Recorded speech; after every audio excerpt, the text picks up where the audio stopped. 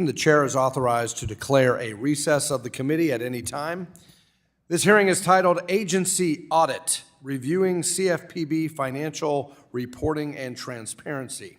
Without objection, all members will have 5 legislative days within which to submit extraneous materials to the chair for inclusion in the record. I now recognize myself for 5 minutes to give an opening statement. The CFPB is increasingly out of control and lacks transparency because there are virtually no checks on the agency's power. As the most recent example of the lack of transparency and accountability towards Congress, a request was made by this subcommittee for the CFPB to provide a witness for today's hearing, but the CFPB declined.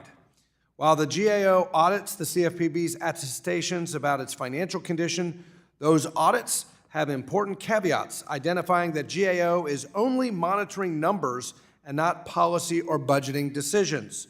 Moreover, an additional independent audit is required by statute, but the CFPB does not seem to take this mandate seriously.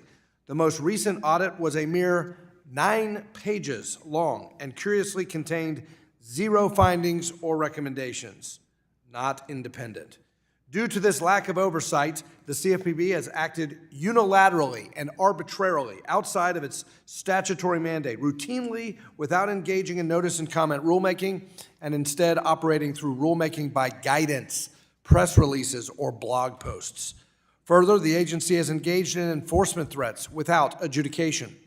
A rogue CFPB under Director Chopra is no help to consumers, even if advocates of the CFPB tout the amount of fines and damages awards the CFPB claims to have generated. The sanctions generated have costs, and they also come at the social cost of Director Chopra's blanket indictments of hardworking and honest workers throughout the financial system. These institutions play by the rules, help consumers, and provide fair financial services, yet their reputations are unfairly tarnished through Director Chopra's portrayal of them as crooks who are out to take advantage of their fellow Americans. Courts have acted to strike down numerous CFPB unlawful actions under Director Chopra as he continues to far overstep what he views as unbounded authority and power. And courts must play that role partly because Congress has no ability to rein in the CFPB's overreach, puffery, and false statements through our own most effectual weapon, the power of the purse. The Supreme Court has the opportunity to confirm what Republicans have said all along. The CFPB's unaccountable funding structure is unconstitutional, and the agency must be brought under the appropriations process. Congress should act now to reassert the power of the purse and ensure unelected bureaucrats do not have the ability to run roughshod over the personal rights of consumers and law-abiding businesses. Through a design feature in the Dodd-Frank Act, the CFPB was purposely set up to insulate a government agency from proper congressional oversight. The CFPB was set up to ensure unbridled power for an authoritarian agency head who wants to exercise partisan and unreasoned control over financial services with the ultimate goal of turning financial institutions into public utilities. Unfortunately for consumers, the CFPB's policy actions under Director Chopra's leadership have become almost entirely reckless, arbitrary, and capricious. Pushing new rules, guidance, variable enforcement actions, blog posts, and email blasts that border on anti-capitalist propaganda does not promote consumer protection. The CFPB's activities under Director Chopra's leadership will serve primarily to increase costs of financial services to consumers and reduce availability of those services, especially to traditionally underserved communities. This is quite the opposite outcome of what you'd expect from an agency tasked with protecting consumers. The CFPB has increasingly become a hyper-partisan agency doing the bidding of the White House and the president's re-election campaign, rather than protecting American consumers. It answers to no one but itself, and sometimes to the courts, where the CFPB director's approach of using rhetoric and partisan theorizing over evidence and the law is often rejected. Where the administration does not have the authority or votes in Congress to make a change, the Bureau simply forges ahead and uses subterfuge to make new laws unchecked. I look forward to discussing these important issues in our hearing today. We must understand the consequences of a rogue CFPB and explore the steps Congress must take to rein in the CFPB to better protect our citizens from an unchecked federal bureaucracy. There must be guardrails on a rogue agency like the current CFPB, and that must at least begin with holding the CFPB's use of federal resources accountable, transparent, and subject to congressional checks. The chair now recognizes the ranking member of the Subcommittee on Financial Institutions and Monetary Policy, the gentleman from Illinois, Dr. Foster, for 4 minutes for an opening statement.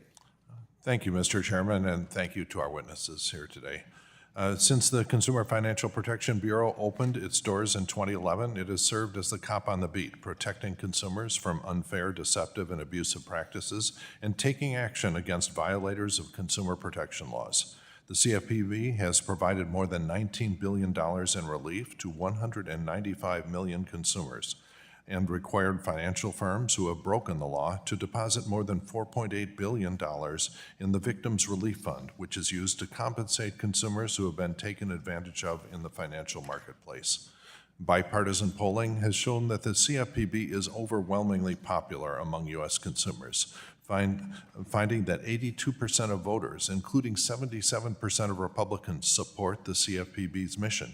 So it's right up there with IVF. So today we will discuss the CFPB's budget process, and I expect that we will hear the same decade-old arguments that in carrying out its mission to protect consumers, the Bureau and its budget have somehow gone rogue to the detriment of American consumers. I believe that we can dispel this notion by looking at the facts. Like other independent agencies, the CFPB's budgetary process is subject to intense and independent scrutiny. The CFPB's annual budget is submitted to multiple independent entities for review, including the Government Accountability Office and independent auditors. The result of these reviews have overwhelmingly affirmed the soundness of the CFPB's budget, with the Bureau receiving a, quote, clean, unquote, audit opinion with limited findings over the last 13 years. The CFPB regularly publishes comprehensive financial and performance reports, including quarterly spending reports, annual performance plans, as well as monthly reports to the Treasury and GAO on its financial activities, including contract spending. In addition, the CFPB director is statutorily required to testify before Congress twice per year to discuss the activities of the Bureau, its budget, and other topics to allow the committee to provide robust oversight on its activities. The 2008 financial crisis showed that the disjointed consumer protection efforts of the agencies had fallen short, and that there was a clear need for an agency focused on protecting consumers in the financial marketplace. These lessons ultimately led our committee to create the CFPB through the Dodd-Frank Act, which I am proud to have helped draft. In addition to cracking down on inflationary and unnecessary junk fees, the Bureau is working to give consumers the ability to control their own financial data, curb discriminatory lending practices, and finalizing remaining rulemakings from Dodd-Frank. It is doing so while also being responsive to new risks stemming from emerging technologies, like peer-to-peer payment applications and artificial intelligence. And despite its overwhelming popularity and many consumer protection successes, the CFPB has been under constant attack from those who wish to undermine its mission. The Supreme Court is set to rule on the constitutionality of the CFPB's funding mechanism as early as June of this year. A ruling against the CFPB would be massively disruptive and destructive to the Bureau's implementation of consumer protection laws and curtail protections that consumers expect and deserve. As members of this committee conduct oversight on the Bureau, I urge them to consider the progress that's been made since the 2008 financial crisis and ensure that additional oversight does not undermine its important mission that has spared countless consumers from harm in the financial marketplace. I look forward to hearing the perspective of our witnesses today, and thank you for joining us, and I yield back. The gentleman yields back. The chair recognizes the ranking member of the committee, the gentlewoman from California, Ms. Waters, for 1 minute.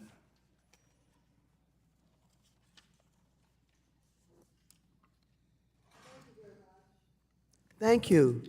Today, this subcommittee could have been examining ways to strengthen consumer protections with respect to predatory payday lending, debt collection, junk fees, and so much more.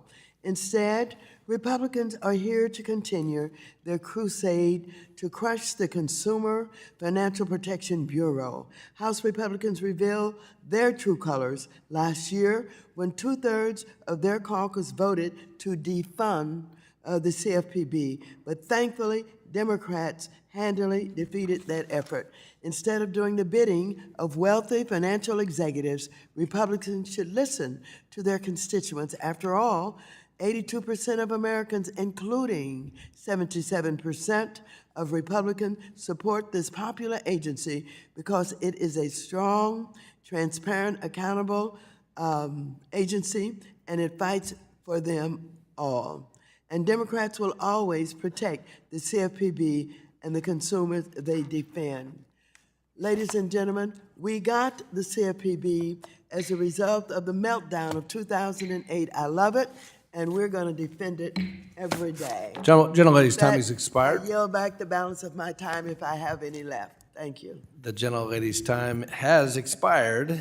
Today, we welcome the testimony Brian Johnson. Mr. Johnson is Managing Director at Potomac Global Partners and former Deputy Director of the Consumer Financial Protection Bureau. Welcome back to the committee, Mr. Johnson.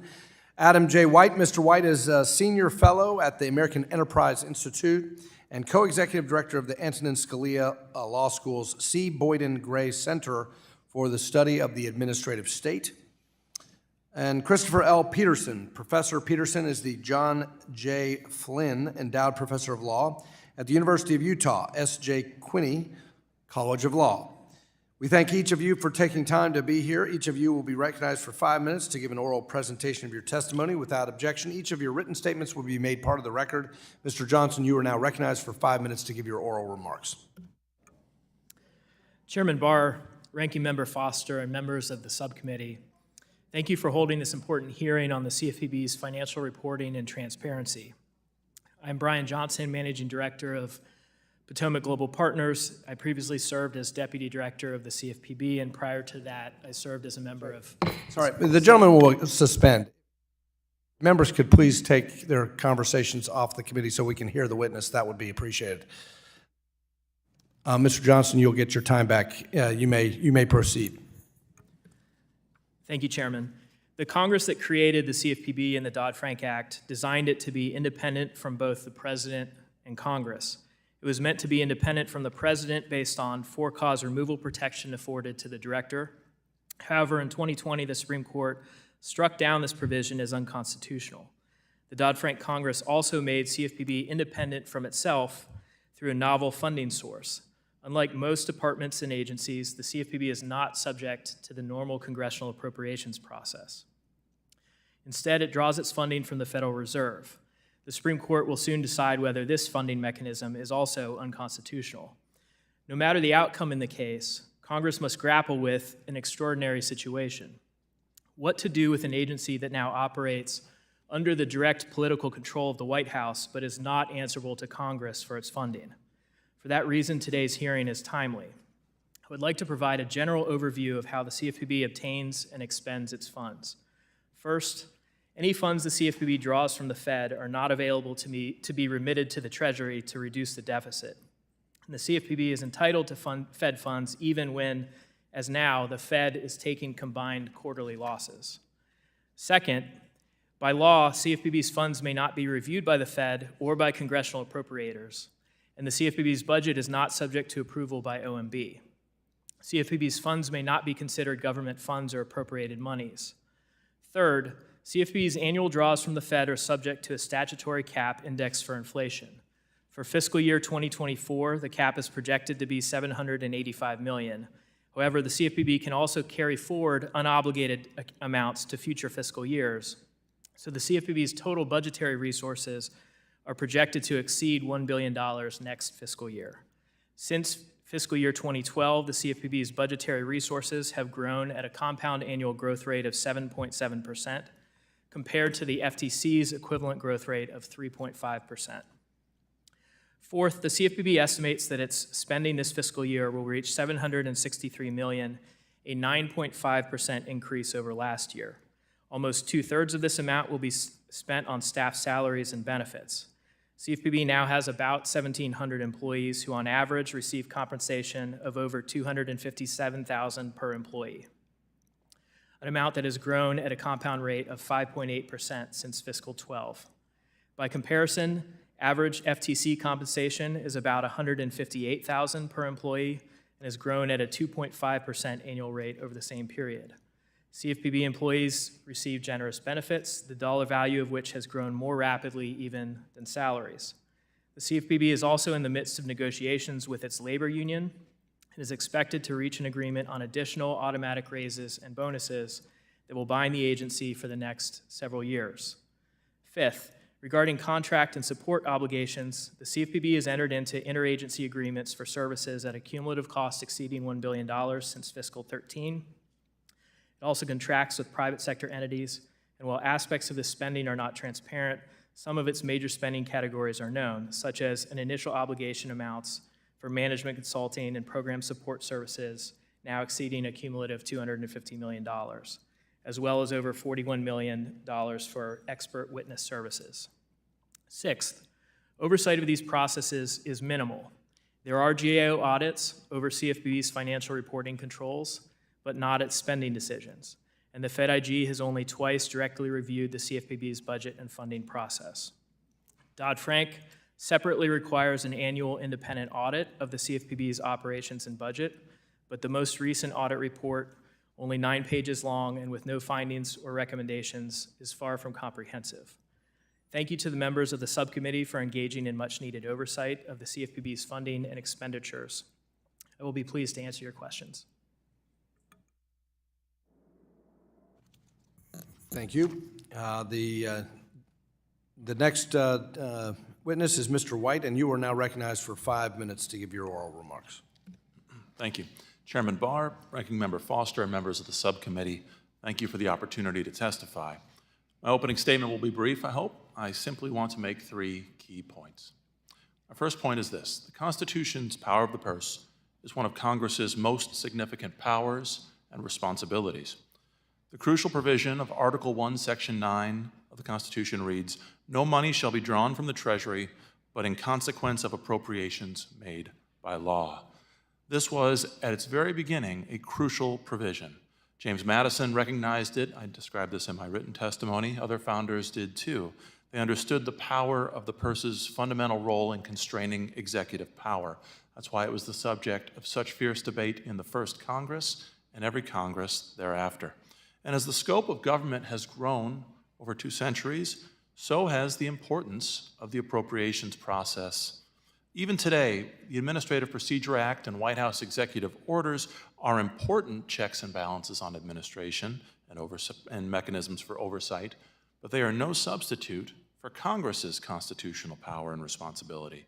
Indeed, now that the CFPB's connection to the White House is clear in the aftermath of the Supreme Court SELA decision, now that the CFPB is closely tied to the White House both legally and politically, this makes Congress's independent power and responsibility even more important. My second point is this: there is no good reason to give the CFPB its special exemption from Congress's appropriation process and responsibility. The CFPB truly is exceptional. To be sure, other agencies, especially other financial regulators, do receive revenues from the agency's own operations. This is a long-standing practice and in many ways a sensible one. But to the best of my knowledge, no regulatory agency is allowed to simply reach into a completely different source of federal money to be the agency's main source of revenue. No other agency gets to treat the Federal Reserve as a regulatory slush fund. The CFPB is, to the best of my knowledge, the first such agency, though I do worry it will not be the last. If the Supreme Court does not declare the CFPB's funding structure unconstitutional in the pending case, there will be many calls in the future to give other agencies special access to the Federal Reserve's funds. In fact, I recall in 2010 when the Dodd-Frank Act was first legislated and enacted, the chairman and chairwomen of other financial regulators, including the CFTC and the SEC, publicly called for similar funding authority, self-funding authority from Congress. So this is my last point. Speaking of the Supreme Court case, the CFPB's characterization of its finances in the Supreme Court case has been astonishingly at odds with more than a decade of the agency's own reports and descriptions. The Dodd-Frank Act itself stated explicitly that the CFPB's funds are not appropriated. And from the very start, the CFPB admitted this obvious fact that its funds are not appropriated, beginning with at least with its 2013 first financial report, Director Cordray's testimony before this committee's Subcommittee on Oversight and Investigations in 2012. And every year thereafter, the CFPB said over and over again that its funds were not appropriated. In fact, the CFPB trumpeted this fact to reiterate the agency's independence. It would often say that non-appropriated funding gave the agency, quote, full independence, end quote. It told the GAO in a 2016 contracting dispute that the GAO lacked jurisdiction over the agency because the agency's funds are not appropriated. But in the Supreme Court case now pending, the CFPB now makes the opposite argument, the novel argument that the Dodd-Frank Act itself was an appropriations statute. That argument strains credulity, it strains the Constitution, and it is the latest reminder that the CFPB should not enjoy exceptional powers against oversight. The power of the purse, the Constitution's power of the purse, and the responsibility to use it wisely remains Congress's. Thank you again for the opportunity to testify and for the chance to answer your questions. Thank you. Professor Peterson, you're now recognized. Chairman Barr, Ranking Member Foster, and Ranking Member of the Committee Waters, it's an honor to appear today. Thank you for your public service. My name is Chris Peterson. I'm the John Flynn Endowed Professor of Law at the University of Utah in Salt Lake City, where I teach consumer protection, constitutional law, and contract law classes. I'm also of counsel at the public interest law firm of Gupta Wessler here in Washington, D.C., and I served at the CFPB in the enforcement office and later as a special advisor to the director of the agency back under Director Cordray. Today I'll focus on 3 points. The first, the statute funding the Consumer Financial Protection Bureau is a constitutional exercise of Congress's spending power. Article 1, Section 9, Clause 7, as my friend mentioned a moment ago, says that no money shall be drawn from the Treasury but in consequence of appropriations made by law. The Supreme Court has held that that sentence says that simply no money can be paid out of the Treasury unless it's been appropriated by an act of Congress. And Section 12 U.S.C. 5497 is a law adopted by Congress that appropriates funds. The fact that this law appropriated funds through an ongoing mechanism does not render the law unconstitutional. The General Appropriations Clause does not require Congress to use an annual spending bill. As a result, Article 1, Section 8, Clause 12, in contrast, says that no appropriation of money to raise or support an army shall be longer than for a term of 2 years. Contrast the two, and you can see that the founders knew how to require durationally limited congressional appropriations, but made a conscious decision to not impose that durational limit on the general appropriations power. And as a result, Congress has often chosen to pass laws appropriating funding to executive agencies outside the annual spending bill process. For example, in 1792, Congress did that with the post office, allowed the post office to be funded through assessments, stamps, and it's not just the post office. In the founding era, the First Bank of the United States, the National Mint, the Patent Office, and the Comptroller of the Currency by 1875 were all appropriated through mechanisms outside of annual spending bills. And in the 20th century, that's become the norm for financial regulatory agencies, including, of course, the Federal Reserve Board of Governors, the Federal Deposit Insurance Corporation, the National Credit Union Administration, the Farm Credit Administration, and the Federal Housing Finance Agency, as well as the Citizenship Immigration Services, the Customs Border Protection, and the Animal and Plant Health Inspection Services, all appropriated either in part or in entirety through non-spending bill mechanisms. And of course, at any time, Congress is free to exercise its power of the purse by simply amending the Bureau's appropriation statute. But as it stands, this method of appropriating is one that Congress is free to choose under our Constitution. 2, Title 10 of the Dodd-Frank Act requires the CFPB to prepare annual reports subject to GAO oversight. I did a good, careful review of that financial report as well as the GAO oversight audit, and the GAO found that the CFPB's financial statements were presented fairly in all material respects and in accord with the U.S. generally accepted accounting principles, had effective internal controls, and had no reportable non-compliance for the last fiscal year. I didn't identify anything out of the ordinary either. Of course, we'll all disagree about what political priorities should be, but the simple fact is that the staff at the CFPB lived up to their reporting obligations and are in compliance with the law. Third point, the CFPB has an admirable track record of accomplishments in protecting American consumers, including its recent amendments to the Card Act's late fee regulations.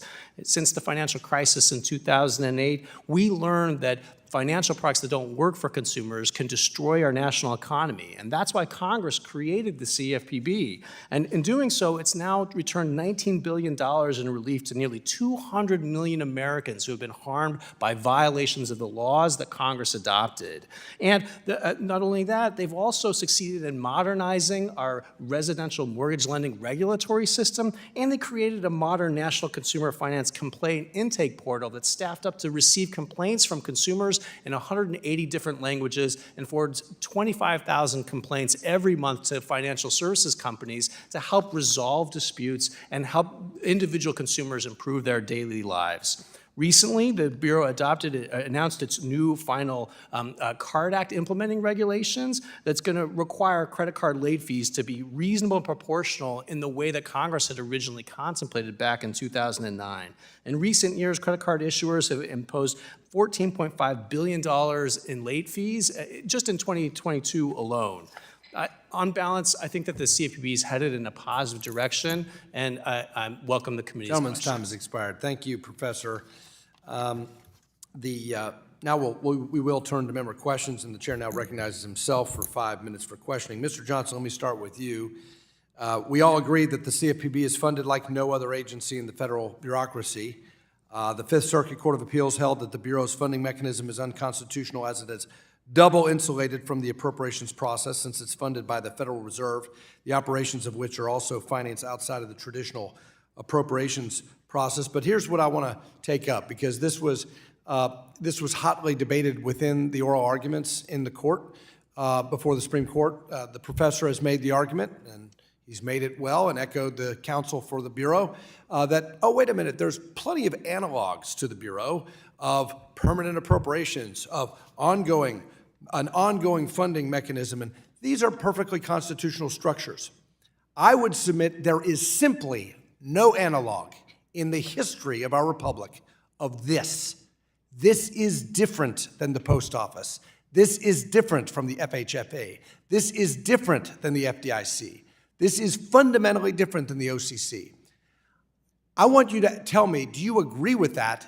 And if you do, why is the Bureau's structure different? I would submit it's different because you don't have a structure anywhere in the constellation of the bureaucracy any time in American history where you have an agency exempt from the appropriations process that has an independent stream of funding from another entity which is itself exempt from the appropriations process. No analog anywhere in the history of our country. What say you?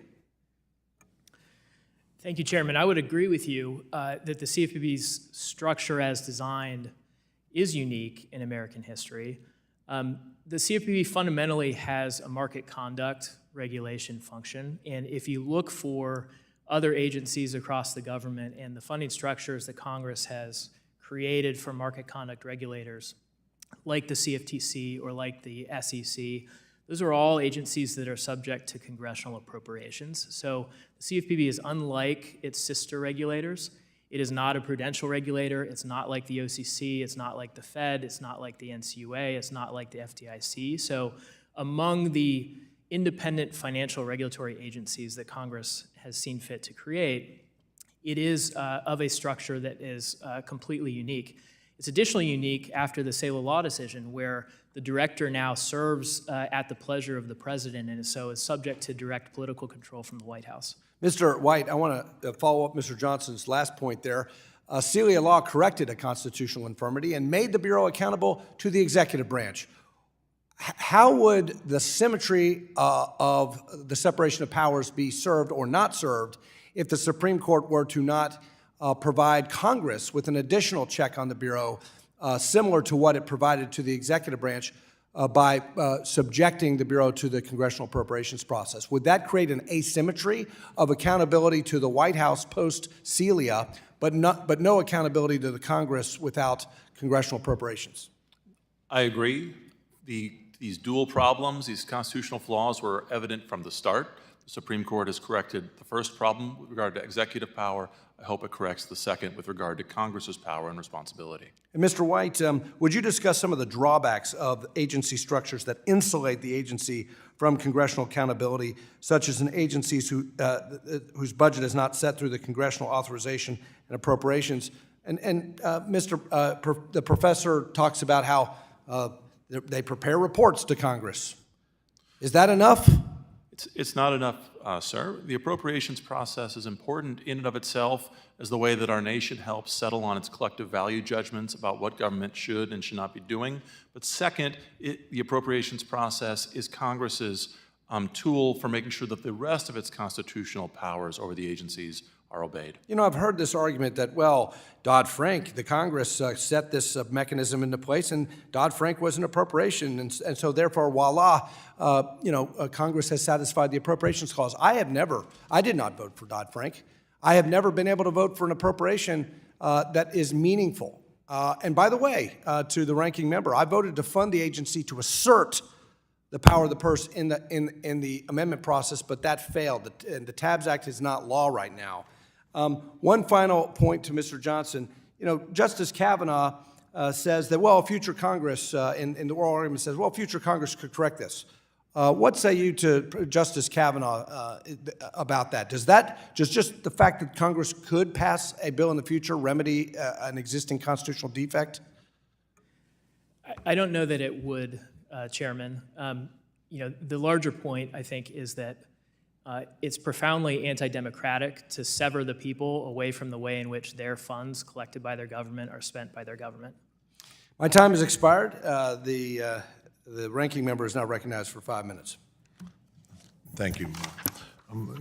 Professor Peterson, first off, just for clarity, the Federal Reserve, FDIC, OCC, NCUA, and other agencies have independent funding outside of annual appropriations, correct? All right, and so that a distinction appears to be made by those attacking the CFPB that insulation is okay, but double insulation is not. Is there a constitutional principle that differentiates between single insulation and double insulation? Dr. Foster, no, I don't think so. I think that that's a red herring. And part of the reason you can tell that is that the Federal Reserve Board of Governors doesn't have any authority to deny transfer requests. So there's not a double insulation that provides some political insulation for the director of the CFPB nor the President of the United States. Congress has the ability to shut down those transfers anytime it can get the votes together to pass a law that changes it. Congress still has its power of the purse under the Article 1 of the Constitution because it can cut off these funds anytime it has the votes. Now, you mentioned that you spent some time looking at the recent auditing that had been done. Can you say anything about it? Is just the indication that the final report doesn't span many pages, is that an indication there's anything wrong? And were there a reasonable number of man-hours going into these audits? It appears to be just a typical report to me. I mean, Chairman Barr is correct that these reports don't tell us what the priorities of the agency are, but the executive branch of the government is entitled to make some decisions about how to prioritize things. The admirals get to decide where they're going to float the boats in the Navy, and the CFPB has to make some learned, informed decisions about the things to prioritize. The key thing that we can take away from the financial audit is that there's no evidence that there's anything inappropriate going on. And I think that's very important for the morale of the civil service and for the public to understand. There's no allegations of impropriety at the CFPB. Their books look like they are in order. No, thank you. And Professor, in addition to your time working at the Bureau, you also spent a good deal of time at the Pentagon working in the Office of Legal Policy for Personnel and Readiness.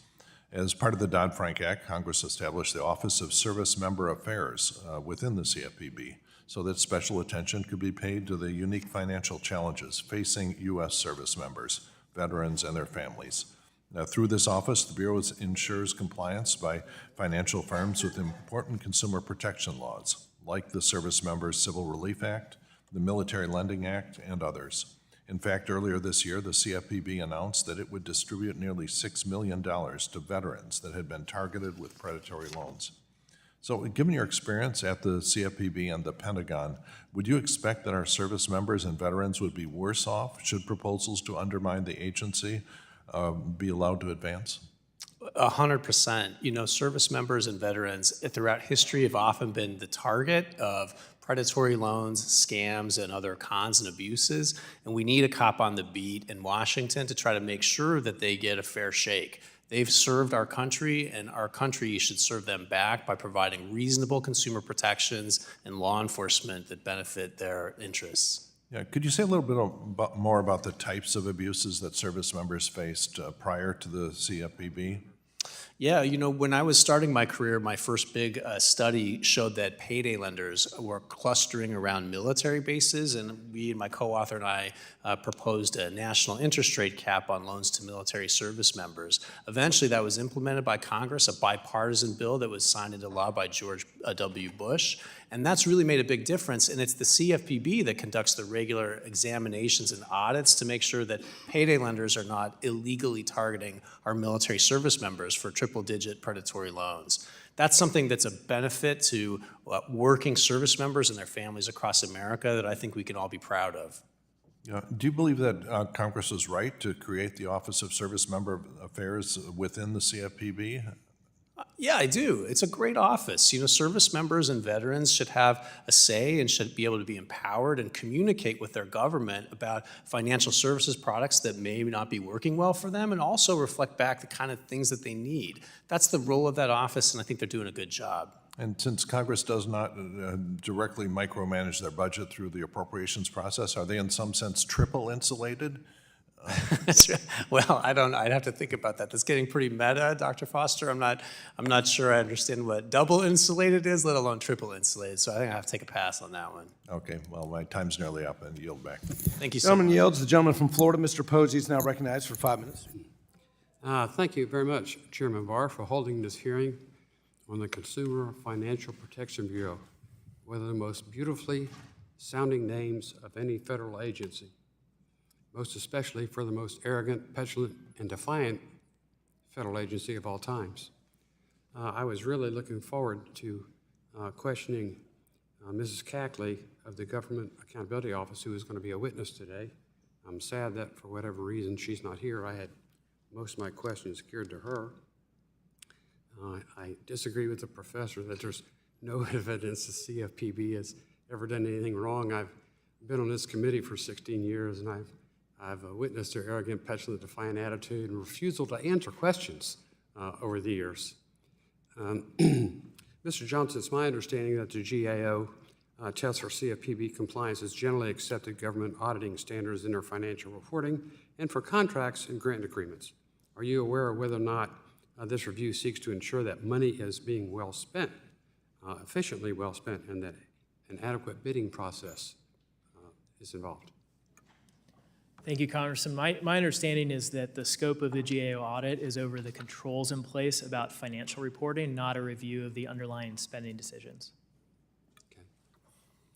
Okay.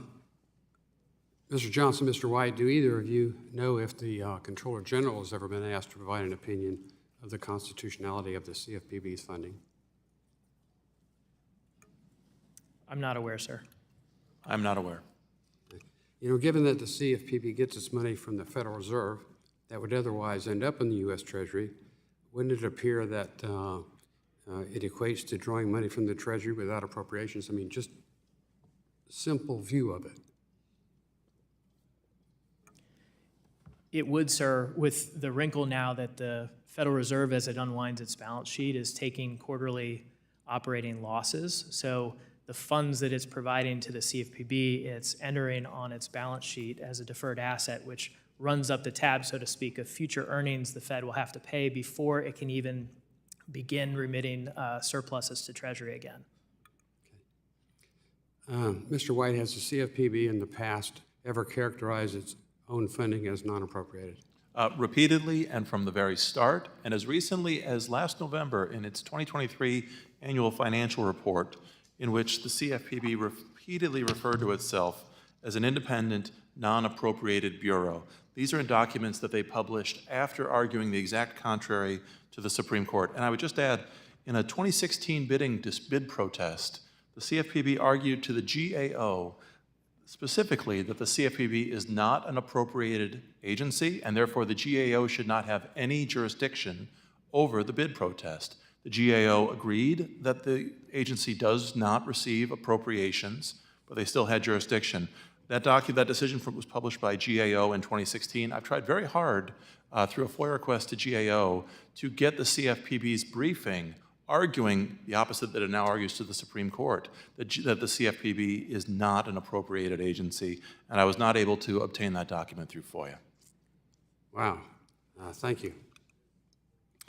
Do you know how the CFPB compares to the FTC's Bureau of Consumer Protection in terms of size and productivity, number of enforcement investigations, actions, or budget?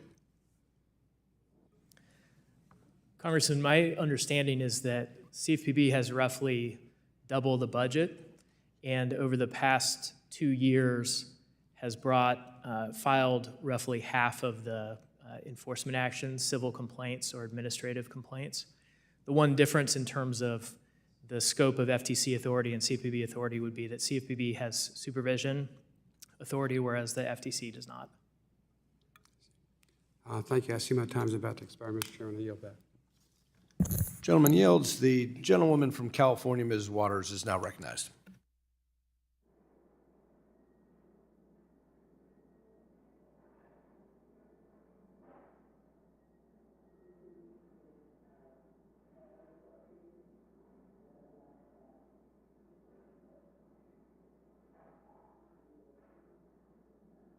This is a junk fees question.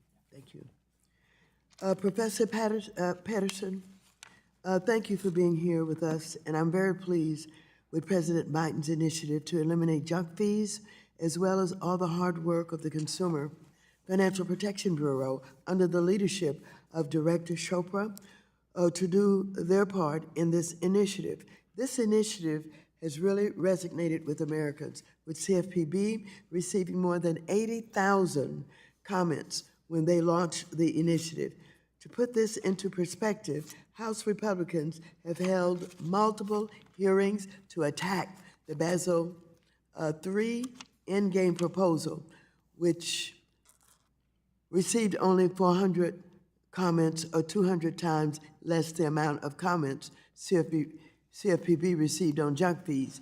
Let's take credit card late fees, for example. Credit card companies typically charge consumers $32 for making a late payment. The CFPB recently finalized a rule that would generally lower these fees to just $8, ensuring that they are reasonable and proportional, as Congress required them to be in the CARD Act.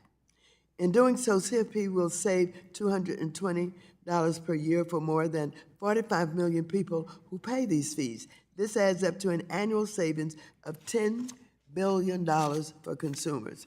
Instead of joining Democrats to applaud the move, House Republicans plan to soon advance a bill that would eliminate this important CFPB rule.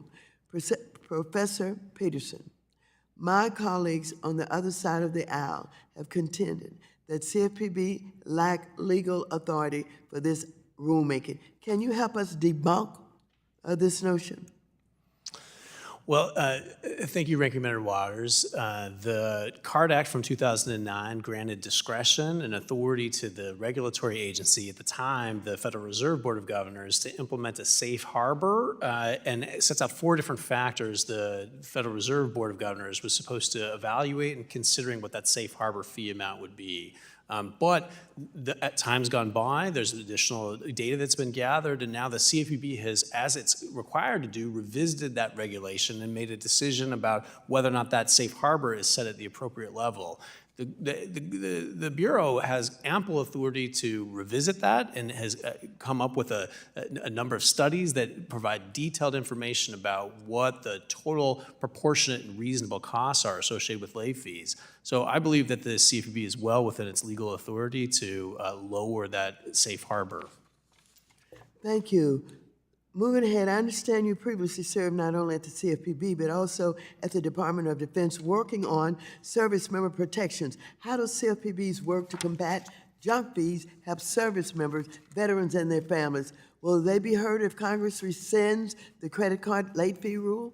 Yes, they will, Ranking Member Waters. The Military Lending Act does not, under current implementing regulations, does not prevent overdraft fees from being imposed on service members, and it also doesn't impose late fees from being imposed on service members. So those are junk fees that our active duty military service members in the Army, the Navy, the Marines, all could potentially pay, and if the CFPB's implementing regulation is allowed to go forward, that'll be, there'll be cost savings that'll be passed on to our members serving. Unfair question. Why would elected officials be opposed to their constituents, working people, be able to have a reduction in late fees? Why would any elected official on either side of the aisle be on the side of the big banks and corporations? That may be an unfair question, but I'm asking it anyway. Well, Ranking Member Waters, it's a hard question for me to answer too. I think it's a really unpopular view. I mean, honestly, I don't know why you're going to bat for these late fees. I mean, you guys have something better to work on? Yeah, Chairman Barr, he's shaking his head at me. I think you got better things to do with your time, sir. Okay, all right. I think you're right, Ranking Member Waters. Let's let these restrictions on junk fees go forward. It's supported by the public. It's going to provide meaningful protection to the American people. It's a good idea. Thank you so much for being here. I yield back the balance of my time. I appreciate the professor's cheerful delivery. I do. I genuinely do. I like cheerful people. The gentleman from Texas, Mr. Williams, is now recognized for 5 minutes. Thank you, Mr. Chairman, and I'm a small business owner in Texas. The CFPB's goal is to protect consumers from abusive financial practices, but like everything else the government does, the people they want to help, they actually hurt. But unlike most federal agencies, the CFPB was designed to operate outside of Congress' annual appropriations process. This is a dangerous practice that allows them to operate without any accountability or oversight from Congress, and the CFPB has a blank check budget and a director that acts as if there are no repercussions for his agency rules, and there's no way for a federal agency to operate at all. Now, without oversight, the CFPB can act as a partisan voice whose sole goal is to push the policy objectives and go on whatever misguided crusades they wish. The CFPB must be held accountable for the damage they are causing to financial institutions, their customers, and small business owners. Mr. White, could you elaborate on the dangers of having an agency with an unconstitutional leadership structure and unaccountable funding mechanism, and how does that hurt American consumers who are getting hurt in the end? Well, our Constitution has elaborate procedures, not elaborate, but well thought out procedures for appointments and for funding of agencies, precisely because it is so important. Oftentimes personnel is policy, and oftentimes some of the most important decisions that Congress makes after it writes a law or amends a law is to decide who will administer that law under the president, and also how will that agency be funded. I am very much in favor of federal regulators keeping an eye out for and policing unfair, deceptive, or abusive acts and practices. But it's ultimately Congress's responsibility to monitor agencies' own unfair or deceptive acts and practices. As we've seen, the CFPB's regulatory agenda has been a nonstop parade of partisan politics and wish list items from the Biden administration. The CFPB's crusade on junk fees, as they call it, the increase on burdensome small businesses reporting requirements, and UDAP authority are a few of the policies the agency is using to score political points, but significantly hurt consumers and business owners. Now, the CFPB's process of legislating via press releases has many institutions across the financial spectrum terrified of what confusing regulations could possibly be coming out of this agency next. The CFPB must follow all proper rulemaking channels and not use the policy statements or guidance to regulate. So, Mr. Johnson, can you expand on how the CFPB's practice of creating new regulations outside the proper process is ultimately harmful to consumers and small business?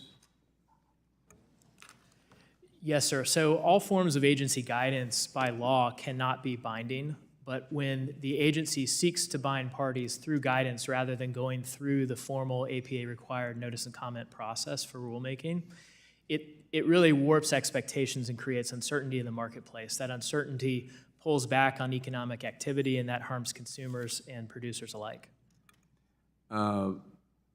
Checks and balances are a vital function of our government to ensure accountability, and the funding structure of the CFPB lacks appropriate oversight and is vastly different from other federal banking agencies, as the CFPB relies on allocations from the Federal Reserve instead of from Congress. In order to have a check on the CFPB power, it's imperative that operations be subject to congressional appropriations, just like anything. So, Mr. White, if the courts determine the CFPB's funding mechanism is unconstitutional, do you believe the CFPB would be able to effectively operate under the regular appropriations process? And do you think a more transparent funding process would improve rulemaking by the CFPB? Yes, sir. I believe the CFPB can operate perfectly well under the normal appropriations process, just as other financial regulators draw substantial funds from the appropriations process. I don't think they can operate if they have to say in guidelines or rules. It's kind of pretty clear to all of us. And I can tell you, as a small business owner, the CFPB, the regulations is put on small business are unbelievable. And like I say, the very people they think they're helping, they're hurting. They're hurting consumers. They're raising costs, and they have no oversight. So it's something that we got to address. I'd leave my time back, Mr. Chairman. Thank you. Gentleman yields back. Appreciate his leadership on the Small Business Committee. The gentleman from California, Mr. Sherman, is now recognized. The CFPB is doing outstanding work. It's put $17.5 billion back in Americans' pockets. It's provided $4 billion to the Victims Relief Fund. It deals with 3,000 complaints it receives every day. Many members of the committee are well aware of those statistics. What you may not be aware of is that on November 8th of last year, it ordered Citibank to pay almost $26 million in fines for intentionally and illegally discriminating against Armenian Americans. And for those of you who do not have an Armenian American community in your district, it is particularly easy to discriminate against Armenian Americans because the vast majority of names end in IAN or YAN of the Armenian American community. But it's not just what was done with the $26 million or the $4 billion or the $17.5 billion. That's the tip of the iceberg, because when the CFPB acts, it deters bad actors from doing these things on a much larger scale. We're told that the CFPB doesn't testify enough. Their director comes before us at least twice a year, usually more often. We're told that the funding mechanism is constitutionally impaired. Professor, I think you did an excellent job explaining what it's not. But let me just address that. It is the same funding mechanism exactly that the Fed uses. And if the Supreme Court really wants to cause a tailspin for our economy and shake it to its fundamental roots, it would rule that the Fed is unconstitutional in some respect. I'm confident the Supreme Court will not do that. The existence of police does not mean that our citizenry is criminal, and the existence of a policing consumer transactions is not anti-capitalist propaganda. There is one piece of of legislation before us that's noticed for this hearing, and that is one HJRES 122, which is designed to invalidate the rule to reduce the charge for late credit card fees. Well, who amongst us has not sent in our payment late? And why should that fee be all they can get from us rather than something related to the bank's costs? Now, I remember when credit cards were embossed and carbonized paper was used, and the cost of processing transactions was high. Certainly, the bank can deal with the fact that a payment is late for $8, probably less. But focusing on that issue, Professor, 28 members joined in a letter I wrote dealing with the exact date. If the date that your credit card payment is due on April 30th, say, some banks say it's got to be in by 5 p.m. Eastern Time. Now, that makes sense if you're paying by mail, but so many people pay electronically. Is it fair to people who live in the Pacific time zone, let alone Hawaii or Alaska, for them to get statements that say, oh, you're on time if you get your money in by April 30th, and they get their money in electronically at 4 p.m. California time? These are banks that have hundreds of thousands of customers in my time zone, and yet somebody pays electronically at 4 p.m. on the due date, and they get hit with what is now a $36 fee, what under the CFPB rule would be an $8 fee. Shouldn't banks that operate with hundreds of thousands of cars in the West Coast time zone have their computers on past 5 p.m. East Coast time? Well, Representative, I certainly agree with that. Our banks should be. Oh, by the way, this applies to Utah. You're just one I was thinking the exact time same zone thing. over. Yeah, that's right. Yeah, no, look, if there might be something in the contract that is some details in there where they use that as the predicate for allowing that as a matter of contract law, but it's not good policy. It's not neighborly of the bank. If you say that's the due date, you should get all the way up until midnight, and everybody in the country should be treated the same way. I would agree for electronic payments. And back in the day when it was postal, one understands that there's only an afternoon mail delivery. But today, the computers can be on till midnight. I yield back. Gentleman yields. The gentleman from Georgia, Mr. Loudermilk, the vice chairman of the subcommittee, is now recognized. Well, thank you, Mr. Chairman, and I appreciate all of you being here today about this. Since the establishment of Dodd-Frank Act, the CFPB source of funding has been controversial at the least. Even now, the constitutionality of their funding is being considered by the Supreme Court, and I'm hopeful that the courts share our concerns that the Bureau's current funding structure limits Congress's ability to oversee the agency through regular appropriations, and obviously I'm a supporter of Chairman Barr's bill to do that. It's way past time that the Bureau is held accountable to the people and gets the funding it deserves through the regular appropriation cycle. With that, Mr. White, should the Supreme Court find that the Bureau's current funding structure is unconstitutional, or if Congress was to pass a funding mechanism for them, does the CFPB have a plan B, per se, to fund itself outside the annual appropriations process? Thanks, Congressman. I must say I do not know what plans the CFPB is or is not making. But of course, it should be prepared for that eventuality, given that this issue has been litigated now for more than a decade. All right, thank you.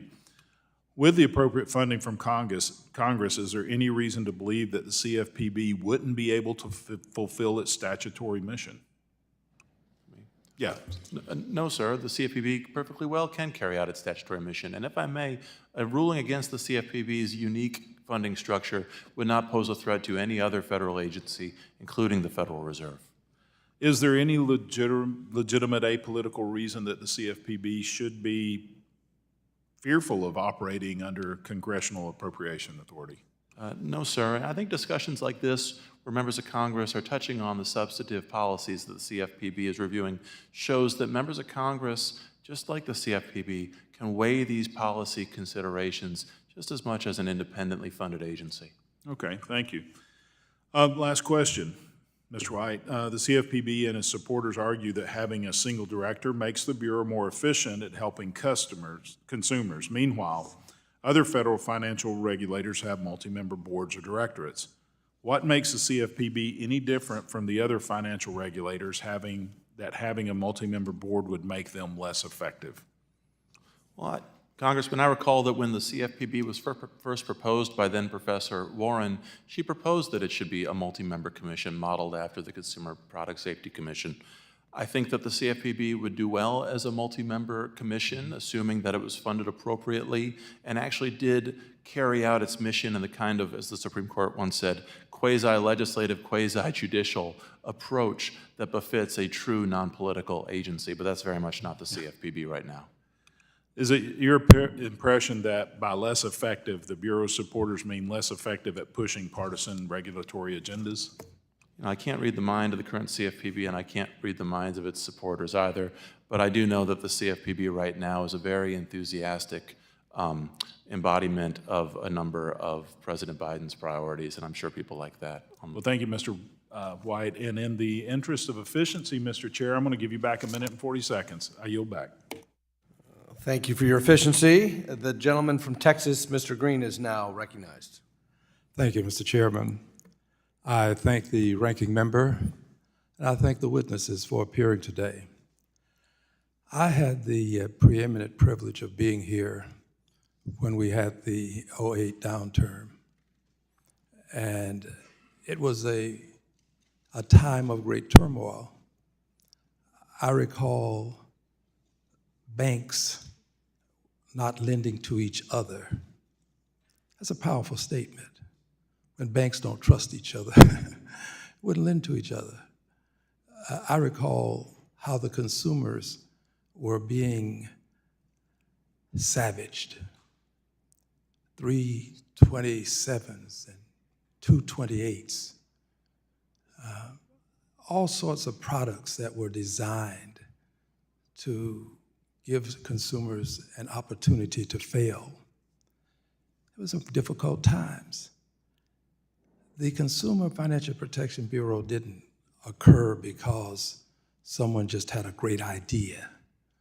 It came to fruition because there was a need beyond any that we could comprehend, and there had to be some means by which we could assure ourselves, to the extent that people can assure themselves, that this wouldn't happen again. Now, it's not perfect, but my guess is that if we didn't have it, we'd be trying to create it. It's just that important. It seems to me that the GAO's most recent annual audit is something worthy of consideration. Indicates here that they found that the CFPB's fiscal year 2023 financial statements were reliable and that controls over the financial reporting were effective. Goes on to say, the GAO also found that the Consumer Financial Protection Bureau's financial statements as of and for the fiscal year ended September 30, 2023 and 2022 are presented fairly in all material respects. No reportable non-compliance for fiscal year 2023. So there is an audit that seems to favor the entity being sound, fiscally responsible. I'm not sure I would like to see this Congress fund the CFPB. This Congress has difficulty maintaining leadership. This Congress has difficulty funding the federal government. Do we really want this Congress to fund the Consumer Financial Protection Bureau? So, Mr. Peterson, if Congress could not come to an accord such that we could fund the CFPB after some period of time, what would be the consequences of our failure to do our job? Well, Representative Green, thank you so much. And you won't remember this, but back in 2008, when you were here, I got to testify before you back then as well. And you've always struck me as such a wise and decent man and full of compassion. And but to answer your question, if the Supreme Court or Congress strikes down the ability of the CFPB to gather its revenue through the Federal Reserve Board of Governors, and if Congress does not step forward and provide this source of funding, then we would expect eventually the Bureau's consumer protection tools would start to wither on the vine. We'd have fewer examiners that are conducting audits, fewer enforcement cases, less capability providing clarity and information for compliance concerns for businesses. So I think we would lose that protection that you all voted for back in 2010. My suspicion is that at some point we would not have a CFPB, and that would suit the aims of many people. I support the CFPB. I believe we have to have an agency to look out for the people, and that's what it does. Thank you, Mr. Chairman. I yield back. The gentleman yields. The gentleman from South Carolina, Mr. Timmons, is recognized. Thank you, Mr. Chairman. I have grave concerns surrounding the CFPB's funding structure and really its operational accountability in general. The CFPB was designed to be shielded from any form of accountability, and the combination of legislative, executive, and judicial powers in one agency opens the door for gross misconduct with impunity. Under Director Chopra and the Biden administration, we've seen just that. A government agency weaponized to achieve political goals while forgetting its original charter to protect consumers. The current system of GAO audits is not enough to ensure there are proper checks and balances in place to rein in a rogue agency. Although the CFPB consistently is given a clean bill of financial health, I think there is much to be said about how little we truly know regarding the Bureau's balance sheet. It's essentially a trust us situation. I don't know about you, but I've come to distrust the CFPB's word. They tout their data privacy and cybersecurity measures, yet an employee was sending hundreds of thousands of tranches of consumer data to a personal cloud. But again, we should trust them to operate in a functional and fiscally responsible way despite the opaque veil they display. Mr. White, it is clear that in the modern administrative state, checks and balances have eroded as clearly as our separation of powers. What are the consequences of this erosion, and what steps can Congress take to restore the separation of powers at CFPB and better protect our citizens from a federal government that at times seems unmoored from the Constitution? Well, thank you, Congressman. I see this delegation of perpetual funding authority to the CFPB to be part and parcel of Congress's broader, decades-long withdrawal from day-to-day lawmaking, much akin to its delegation of regulatory powers to any number of agencies. What you get is a different form of lawmaking, one that's less actually accountable to voters, one that's less moderated. It's unilateral because it's made swiftly by energetic agencies. If I may, a moment ago, Congressman Green pointed out very eloquently that the words of Dodd-Frank, its choices in its structure, these weren't just words, these weren't just ideas. I would say the exact same thing about the Appropriations Clause of our Constitution and our Constitution's clause for the raising of revenue. Those weren't just words, they weren't just abstract ideas, they were the hard-fought wisdom of the the hard-won wisdom of the founding generation. And our failure to live up to those rules today, I think, has had many, many bad consequences for the rule of law in government today. Thank you for that. Switching gears for a moment, a few months ago, along with many of my colleagues, I authored a letter to the CFPB encouraging the Bureau to leverage their civil penalty fund to educate consumers on scams and fraud within the financial sector. Dodd-Frank states that the fund must first be used to compensate consumers who have been directly harmed by illicit financial activity. The CFPB then has the discretion to use the remaining balance for quote-unquote consumer education and financial literacy. In its annual financial report for fiscal year 2023, the Bureau noted that it made $0 in allocations for consumer education and financial literacy purposes. Mr. Johnson, given Congress's clear direction that the civil penalty fund be available for the purpose of consumer education and financial literacy programs, do you have any insight into why the civil penalty fund administrator has refused to allocate consumer education and financial literacy programs? And how do you believe a surplus in this fund can be best allocated?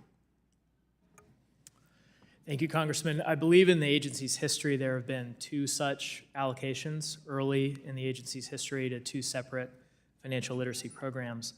The concerns raised at the time was that there were no controls or parameters over how, once obligated, the CFPB would use those funds. And a risk that those funds could be used to compensate outside groups who may be aligned with the agency's advocacy efforts. So to the extent that they are used, I think that the administrator, the CFPB, and Congress serving an oversight function should ensure that there are precise and firm controls around the use of those funds if they are diverted away from the victim compensation function.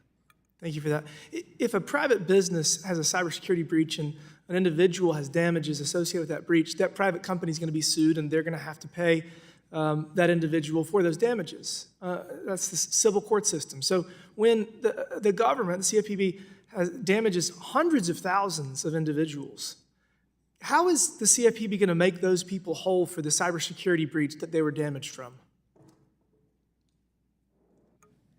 Congressman, it's unclear to me. I think the CFPB has been less than transparent in all regards about what exactly happened. They didn't even want to tell us it happened. I mean, and what the resolution might ultimately be. well, look, I mean, I think they have money in weird places. They ought to use that to pay damages to the individuals that they wronged because of their lax cybersecurity.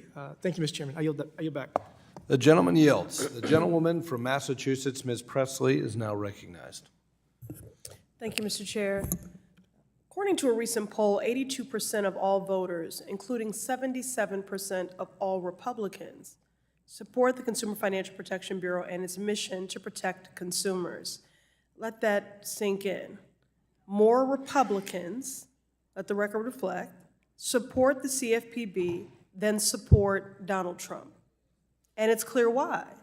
The CFPB, under Director Chopra's leadership, has taken decisive action to combat junk fees, hold predatory lenders accountable, protect seniors against fraud, hold big banks accountable, remove the burden of medical debt, ensure harmed consumers get the relief they need, and the list goes on. Now, while the CFPB's record speaks for itself, Republican members on this committee make it make sense, continue to show how out of touch they are with their own constituents as they launch attack after attack, willfully ignoring the broad support the CFPB has across the nation. This agency is dedicated to protecting consumers, and losing the Bureau would be disastrous for our financial system and economy. People are certainly entitled to their opinions, but not to their own version of the truth. And there is broad support that the CFPB has across the nation. And so willfully ignoring that will not change the truth. Professor Peterson, the primary attack from Republicans is about the CFPB's funding structure, but CFPB is not the only financial regulator with a source of independent funding. Do the Federal Reserve, FDIC, Office of the Comptroller of the Currency, National Credit Union Administration, and other agencies also have independent funding outside of the annual appropriations process? Yes, Representative, they do. Thank you.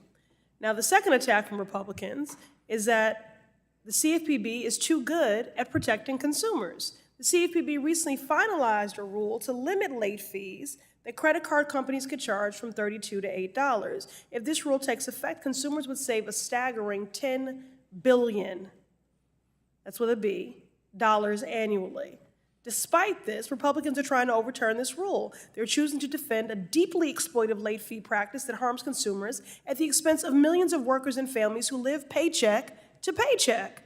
Families that are struggling to make ends meet due to unlivable wages, a lack of affordable health care, the absence of paid leave, and many other policies that are pushing families farther to the margins. At their most financially vulnerable moments, these working families are charged predatory late fees by credit card companies. This is deeply unjust. Professor Peterson, can you elaborate on how the CFPB's late fee rule benefits everyday consumers, many of whom live paycheck to paycheck? Sure, Representative. Look, when people can't make ends meet, they're likely to have a late payment on their credit card, and when they get socked with a fee, it's more money out of their bank account, less able to cover the cost, make sure their kids are getting enough to eat, making sure they can pay their rent. The CFPB's late fee rule, it's a simple rule. Decreases the safe harbor, makes it much more likely that banks are going to charge lower late fees, which means when people are really struggling to make ends meet, they're less likely to get hit with a high-cost fee. It's just better for the public. Thank you. These Republican attacks against the Bureau are baseless. They do nothing to support or benefit the people, our shared constituents. The CFPB supports our most vulnerable and protects millions of consumers from exploitation, abuse, and predatory lending. We should be celebrating the Bureau and all of the staff for their hard work that often goes underappreciated instead of attacking them. Thank you, and I yield. Gentlelady yields. The gentleman from South Carolina, Mr. Norman, is now recognized. Thank you, Mr. Chairman. Mr. Johnson, would it be more disastrous, I guess, for the country to lose the CFPB as an agency, or to lose all of our credit cards, the ability for us to get credit cards? I think one could argue that the lack of access to credit in a major consumer product vertical would be more detrimental to the U.S. economy and affect more consumers potentially. Okay. The CFPB has tapped the Federal Reserve for $7 billion roughly, yet they've got $2 billion in cash on hand from the civil penalties, and it's just sitting there. What's that going to be used for, and why would it not be given back to pay the debt off or to help some of these victims that have been brutalized by the CFPB with legal fees and cost? Congressman, part of the accounting recognizes the fact that the civil penalties paid pursuant to an enforcement action come in immediately, but there's a delay between the time it takes to identify a victim class and then allocate the funds. So some of the question about the unobligated balance in the fund relates to that timing effect, but one important consideration would be the amount of the unobligated balance that's not obligated to victim classes over the long term to understand whether or not those resources could be used for other purposes. So it'll sit there unused for how long, would you say? Funds collected in one enforcement action can be used through the civil penalty fund to be allocated to victims of other victim classes in future enforcement actions. So it would depend on the number of future enforcement actions and the potential remediation required in those classes, so it's very difficult to assess. So who makes that call? Ultimately, it's the director. Chopra? It's totally up to him? I think the answer is yes. The agency has discretion on how to obligate funds from the civil penalty fund for identified victim classes, yes.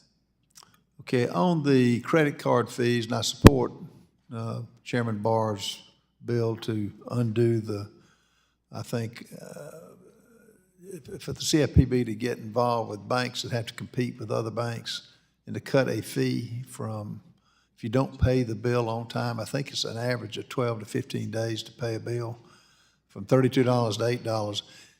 If this extends to credit cards, should the next regulation of CFPB come to eliminating, if you don't pay your loan back or on your house or your car, is that burdensome to anybody?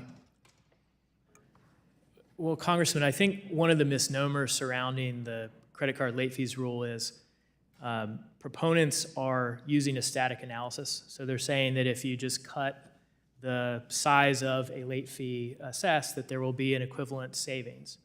Of course, we live in dynamic marketplaces where providers, consumers adapt to changed circumstances. And even in the Bureau's own analysis, it admitted that those who will pay costs as a consequence of this rule are those Americans who don't make late payments, and then other Americans who are maybe marginal credit risks, who may have lower credit balances associated with their cards, may lose access to their credit cards, may have to pay higher fees and credit interest rates as a consequence of the rule. So on a dynamic basis, there are significant consequences for many Americans, and by and large, more Americans will pay those costs than will benefit from the rule. Or the banks will have to get a way to, I mean, they borrow money too.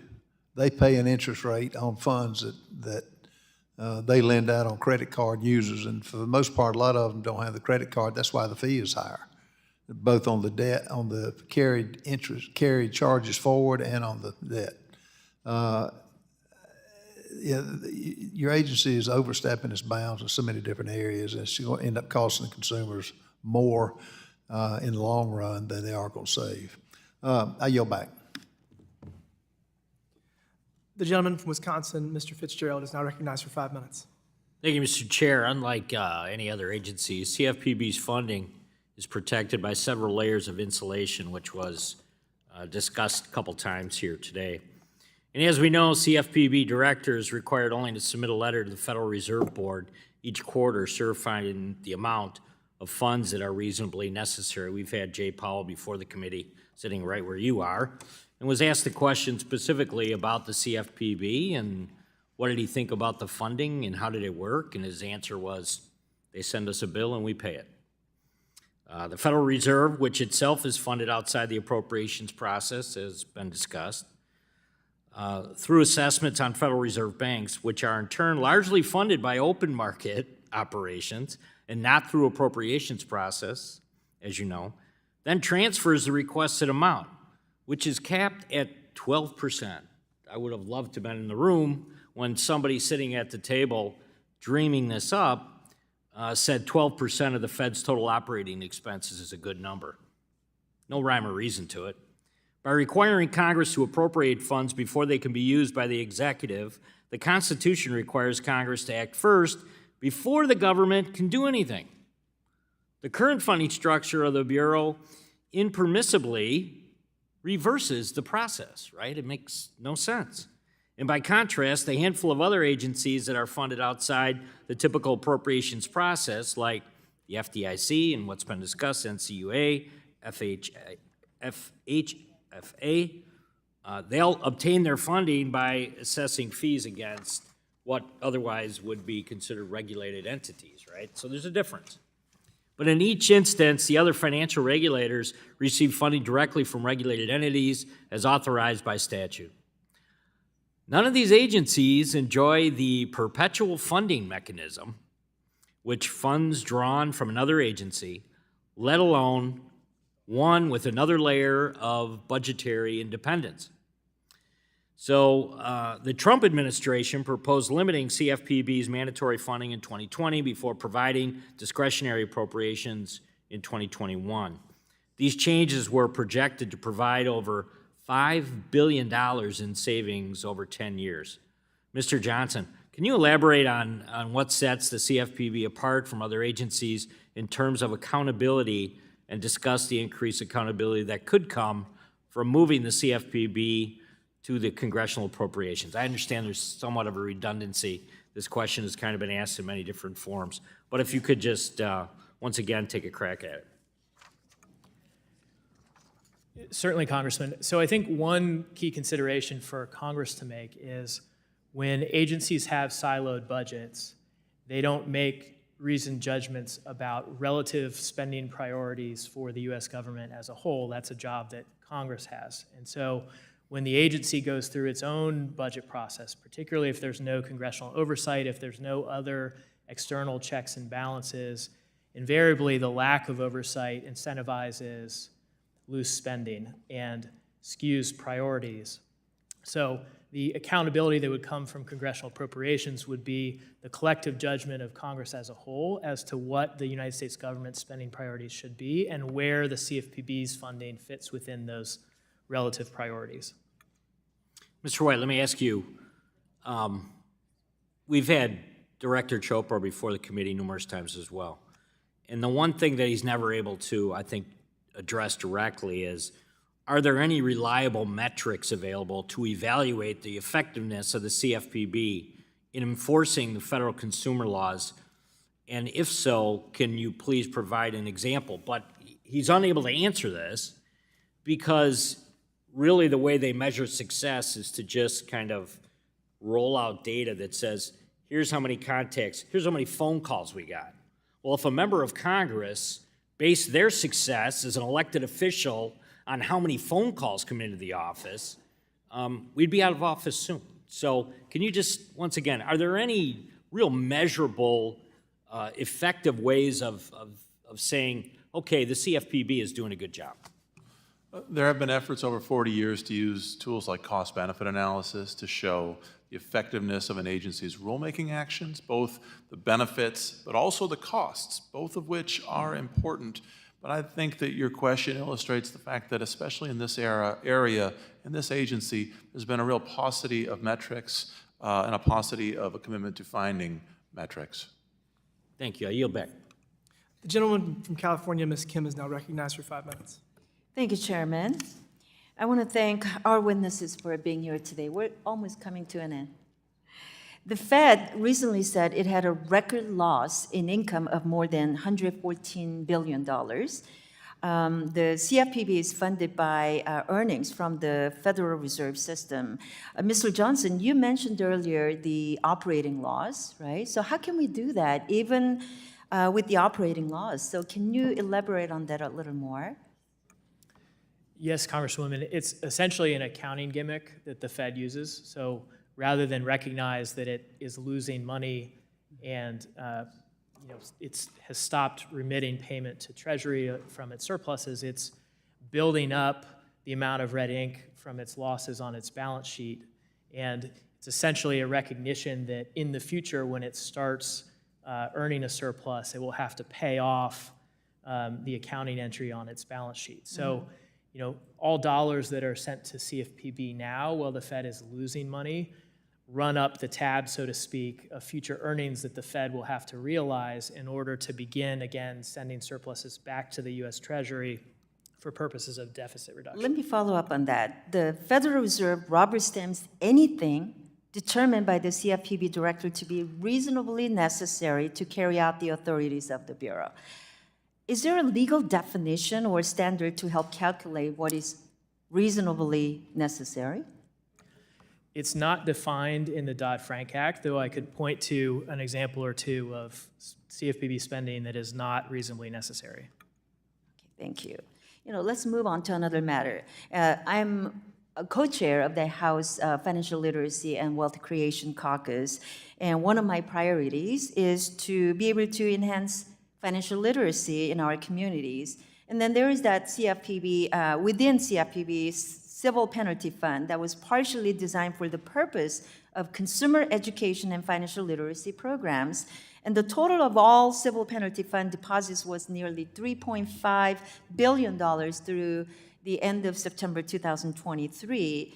So tell me, why does the CFPB not have something akin to the Fed's Compliance and Internal Control Office under their Division of Financial Management to ensure that Civil Penalties Fund is used for financial literacy programs? It probably was discussed earlier, but can you elaborate on that? Thank you, Congressman.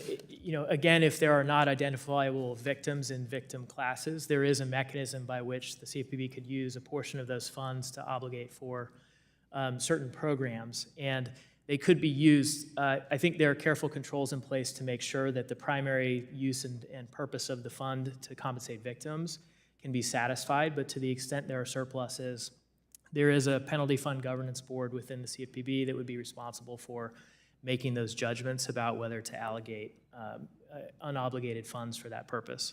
Thank you. Mr. White, I have a question for you.